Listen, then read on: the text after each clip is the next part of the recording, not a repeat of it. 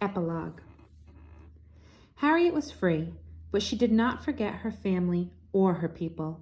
Time after time she returned to the South, and time after time she walked back across the line of freedom, bringing others with her.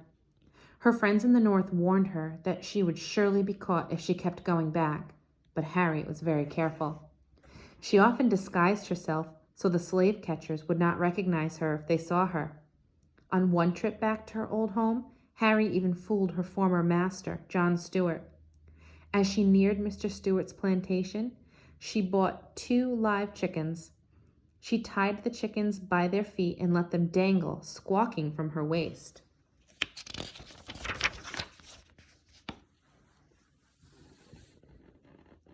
Then she stooped over like an old woman and hobbled down the road. Suddenly, just as she had expected, she saw Mr. Stewart heading straight toward her. She let the chickens go. Mr. Stewart saw a poor old black woman, bent and lame and wearing a floppy sunbonnet, trying to catch 2 chickens that were fluttering away from her. He laughed, slapped his knee, and went on his way. When Harriet left his plantation and headed north again, some of Mr. Stewart's most valuable slaves went with her. On each trip south, Harriet walked through woods and swampy river bottoms, always looking for safe hiding places to use when she came back that way. She hid in buggies and wagons driven by Underground Railroad conductors, and she learned where slave catchers were waiting and watching. But things could go wrong at any moment. If the conductor who was supposed to help her was suddenly put in jail, Harriet would quickly lead her exhausted group of escaped slaves another way. If a baby cried while they were hiding, Harriet would be ready with some sleeping medicine. If dogs were on their trail, Harriet would silently guide her group through icy, black swamp water until the dogs and the slave catchers gave up. Slaves began to call Harriet Moses because, like Moses, she led her people out of captivity. When they heard that soft, low voice singing, "Go down, Moses," outside their cabins, they knew she had come to set more people free. Naturally, the slave owners were furious. How could this black woman, a slave who still belonged to John Stewart, if he could ever lay hands on her, keep walking off with their property? They raised the reward for Harriet's capture to $40,000, a fortune in those days. Posters with Harriet's name and description were nailed to trees and buildings. Slave catchers lined the road to Wilmington, eager to collect the enormous reward. Meanwhile, Harriet was making plans to rescue her own family. Of course, Harriet hadn't forgotten her husband, John Tubman, but she had learned that he'd forgotten her. John had married someone else. At first, Harriet was terribly sad. Then, she was terribly angry. Then, as she told a friend, she decided to drop him out of her heart. Harriet was working as a scrub woman in Philadelphia to earn money for the supplies she would need for her next trip south when she heard that her 3 brothers had been sold. They were to be sent to the Deep South the day after Christmas.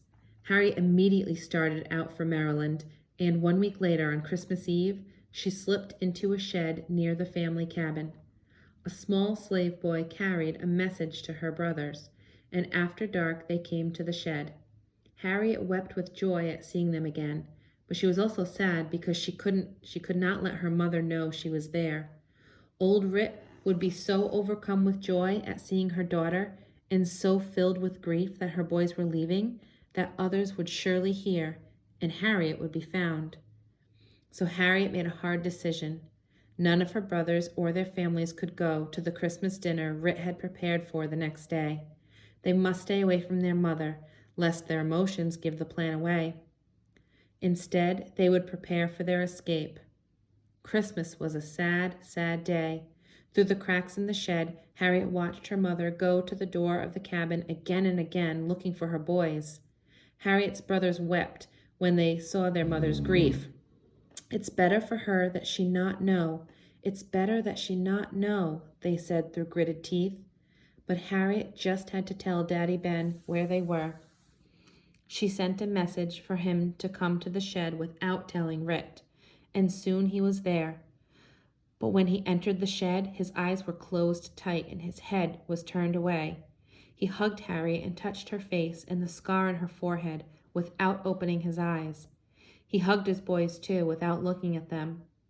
God keep you safe, Daddy Ben whispered. I must truthfully tell Master that I have not seen you this day. Tears slid down his cheeks as he held his children tight. God willing, we will meet again.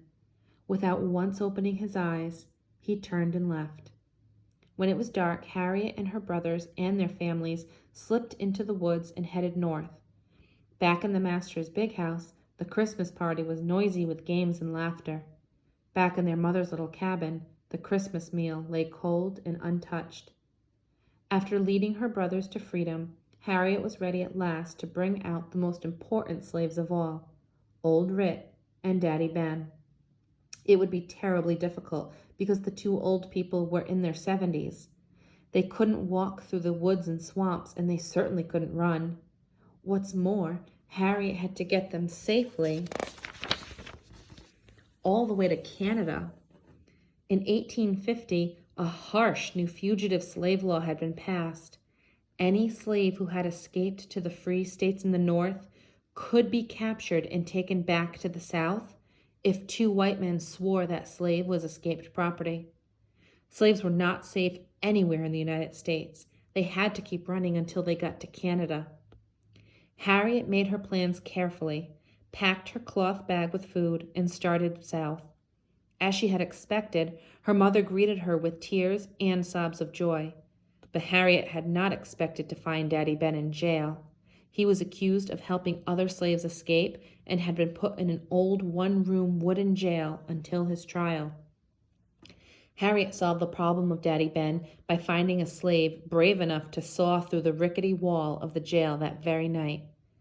Then she sent a message to Mr. Jackson, an old friend who had helped her before, and together they worked out a plan. Mr. Jackson would gather the supplies that Harriet needed, and she would put them together. Mr. Jackson also had a horse. It was an old, broken-down horse, but it would do. All afternoon, Harriet worked in the shed. She stuffed a tattered shirt with straw and made a soft collar for the horse's neck. She made a harness out of a piece of rope and tied it to the collar. She took two small rusty buggy wheels and fastened a board between them. Then she hung a second board below the first board. On these boards, between these wheels, her parents would ride to freedom. Soon after, Daddy Ben crawled through the sawed-out hole in the wall of the jail and hurried home. Quickly, Harriet helped her parents onto their new buggy. She climbed up beside them, picked up the reins, and drove slowly out to the road that would take them north. When they reached the road, Harriet urged the horse to go faster. On and on the sweating horse galloped all night long. By morning they had reached a railroad station, a real one, not an underground station, where a Quaker conductor had prepared tickets and passes for the two old people. They would ride in the train's colored car, the car for black people, all the way to Wilmington. There Thomas Garrett would meet them. Harriet went on to Wilmington alone and arrived safely, as she always did. Mr. Garrett had a fresh horse, a buggy, and a driver's uniform waiting for her. With her parents in the buggy and the curtains closed, Harriet drove steadily through Wilmington's crowded streets, disguised as a driver. At the north edge of town, Harriet whipped the horse into a gallop. The buggy bounced and swayed as they flew down the road toward Pennsylvania. Dogs and chickens jumped out of the way as the horse galloped on. On they went until they had reached the door of the Anti-Slavery Society in Philadelphia. There, Harriet let the exhausted horse stop. Old Rit and Daddy Ben were safe for now. Soon they would be on their way to Canada, where they would be truly free. From 1850 to 1861, Harriet made 19 trips to the South. She led over 300 slaves to freedom and never lost one. She was never captured. How could this be? The answer was simple, Harriet explained to a friend. She went only where God sent her.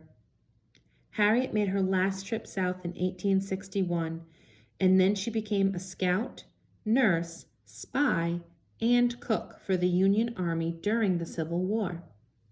The Emancipation Proclamation of 1863 freed slaves of the Southern states as soon as the Union Army took those states. Harriet's dream of freedom for her people came true with the passage of the 13th Amendment in 1865, which absolutely outlawed slavery in all parts of the United States. After the Civil War, Harriet brought her parents back from Canada to live with her in Auburn, New York. In her later years, she continued to devote her life to the needs of others.